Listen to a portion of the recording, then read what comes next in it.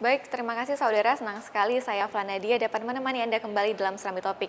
Yang tentunya kita akan membahas mengenai isu hangat dan menarik yang diangkat Harian Serambi Indonesia dalam headline-nya. Dan tentunya headline hari ini juga masih mengenai informasi yang sangat hangat kita perbincangkan dalam akhir-akhir ini, yaitu mengenai kunjungan kerja anggota Dewan Perwakilan Rakyat Aceh ke luar negeri dan juga hadir di sini mengenai videotron yang juga masih hangat kita perbincangkan. Dan untuk membahas hal ini kita sudah hadir bersama kita di sini Bung Yarmen Dinamika, redaktur pelaksana Harian Serambi Indonesia. Kita sapa terlebih dahulu. Bung Yarmen, selamat sore. Selamat sore. Bagaimana kabarnya hari ini, Bung? Alhamdulillah, baik, sehat. Alhamdulillah. Bung Yarmen, langsung saja ini mengapa masih kita angkat mengenai kunjungan kerja DPRA ke luar negeri, tapi angle di sini adalah Mualim melarang kader PA ke luar negeri, Bung? Ya, sebagaimana kita tahu sejak seminggu lalu Serambi mengekspos tentang kunjungan kerja ke 4 benua, tujuannya ke 5 negara, itu kan menimbulkan reaksi reaksi negatif dari banyak kalangan dan sedikit sekali yang mendukung. Mereka menganggap bahwa ini adalah program menghambur-hamburkan uang negara dan urgensi dan manfaatnya bagi pembangunan Aceh itu sangat tidak terukur gitu, susah diukur gitu. Kemudian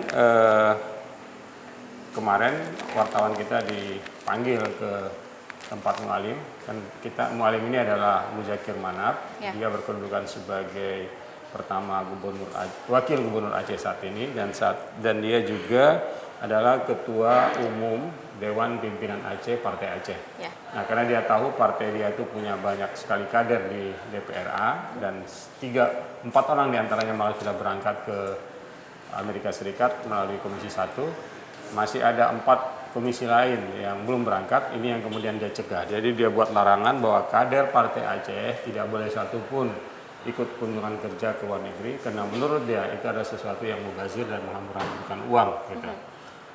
Terus kemudian instruksi dia itu di follow up atau ditindaklanjuti oleh Ketua Fraksi Partai Aceh, Saudara Kausar SHI, dengan mengeluarkan surat edaran kepada kader-kader Partai Aceh yang ada di Dewan Perwakilan Rakyat Aceh. Gitu. Mudah-mudahan ini kita lihat lah ya dalam beberapa hari ini termasuk Agustus dan September, karena pada September dan Agustus itulah dijadwalkan mereka ini akan berangkat. Kalau tidak ada keberangkatan lagi dan misalnya komisi lain berangkat tapi tidak ada orang Partai Aceh di sana, itu menandakan bahwa instruksi Mualim ini dipatuhi oleh kader-kadernya. Oke, baik. Setelah beberapa hari memang kita hangat memperbincangkan ini dan memberitakan ini juga, Bung. Bagaimana tanggapan dari masyarakat sendiri terkait dengan hal ini? Apakah ada penolakan seperti itu atau justru mendukung dengan baik? Ya, begini. Di DPR itu kan bukan yang terdiri dari Partai Aceh. Partai Aceh memang partai yang mayoritas atau dominan, tetapi ada partai-partai lain, ada P3, ada PAN, dan lain-lain. Nah, tadi malam kita coba jajaki bagaimana sikap dari partai-partai lain. Ini ada berita kecilnya, pimpinan partai lain seharusnya bersikap gitu kan. Nah, ketika diwawancarai, ada 3 orang yang sempat kita wawancarai, tapi yang benar-benar bisa memberikan komentar itu adalah Tengku Amri Ali dari P3. Partai Persatuan Pembangunan menyatakan tidak menyatakan sikap melarang dan juga tidak menyatakan membolehkan. Cuma dia katakan lihat-lihat dulu dan timbang-timbang dulu apakah program Kunker itu cukup urgen dilakukan dan memberi manfaat, silakan pergi. Tapi kalau enggak ya itu dianggap mubazir, tidak usah pergi. Jadi artinya sikap dia dikembalikannya kepada masing-masing kader dia yang ada di DPRA.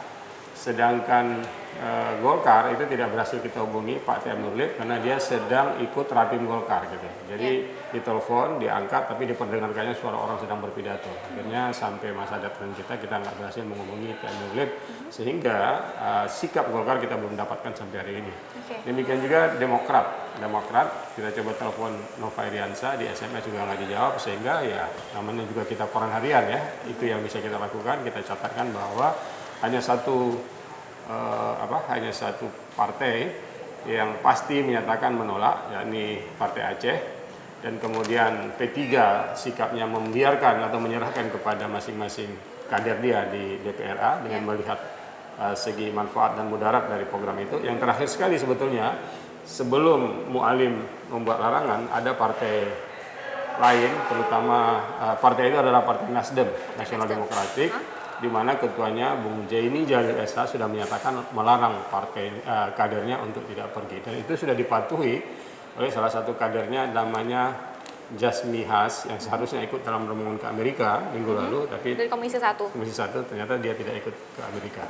Baik, seberapa besar sebenarnya pengaruh dari pernyataan Mualim sendiri terkait melarang kader PA untuk berangkat ke luar negeri? Oh pasti, kebetulan sekali kan mereka adalah anggota dewan yang mayoritas di sana, ya jumlahnya berapa 29 orang. Ya. Di luar itu ketua DPR sendiri Pak Muharudin itu adalah orang Partai Aceh. Ya. Terus dia akan beri pemberitahuan kepada teman-teman dia sama-sama kader Partai Aceh bahwa Mualim sebagai pimpinan kita itu melarang berangkat.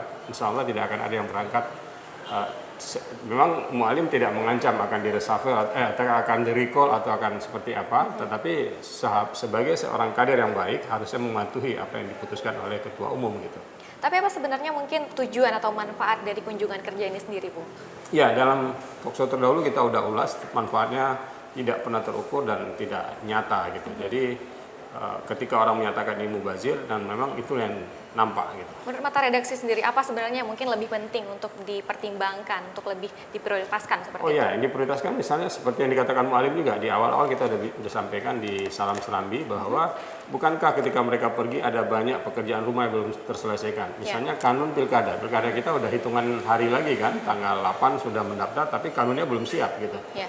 Masa mereka pergi ke luar negeri hanya untuk menghadiri sebuah seminar bidang hukum dan politik, tapi meninggalkan tugas pokok mereka di sini gitu. Itu yang kemudian kita sesalkan, dan alhamdulillah itu sudah disadari oleh pimpinan Partai Aceh sehingga mengeluarkan larangan yang seperti ini. Jadi kita masih menantikan informasi lanjutan mengenai hal ini, Bu. Karena kita masih akan kejar kan para pimpinan-pimpinan partai pada siang ini. Ya, dan saudara juga di sini masih menarik mengenai Videotron yang ternyata kemudian dialihkan dananya untuk UNBK, yaitu Ujian Nasional Berbasis Komputer. Ini seperti apa sebenarnya informasi yang kita hadirkan? Ya, ini tadi malam dapat dikirim rilis oleh Kepala Biro Humas Seda Aceh bahwa pembicaraan siang hari antara dia dengan Pak Gubernur, di situ juga ada Kepala Dinas Pendidikan Aceh Pak Darjo, Hasanuddin Darjo, akhirnya diputuskan bahwa reaksi-reaksi negatif dari masyarakat itu harus dipertimbangkan dan direspon. Akhirnya diputuskanlah bahwa dana itu dialihkan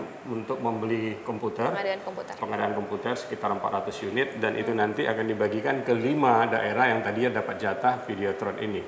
Tujuannya kata Pak Gubernur adalah karena dia melihat tahun lalu banyak sekali pelaksanaan UNBK ini yang terkendala hanya gara-gara fasilitas komputernya tidak ada. Jadi bagi saya baik reaksi negatif masyarakat terhadap Videotron maupun reaksi negatif masyarakat terhadap kunjungan kerja DPR ke luar negeri itu sama-sama direspon oleh elit politik kita. Mudah-mudahan sikap seperti ini terus bertahan, bukan hanya karena alasan ini adalah tahun pencitraan berkaitan tapi untuk dengan kebaikan masyarakat sendiri. Pasti, itu dia. Terima kasih Bu Yarmanto waktunya hari ini. Saudara, demikian perbincangan kita dalam Serambi Topik, kembali ke studio.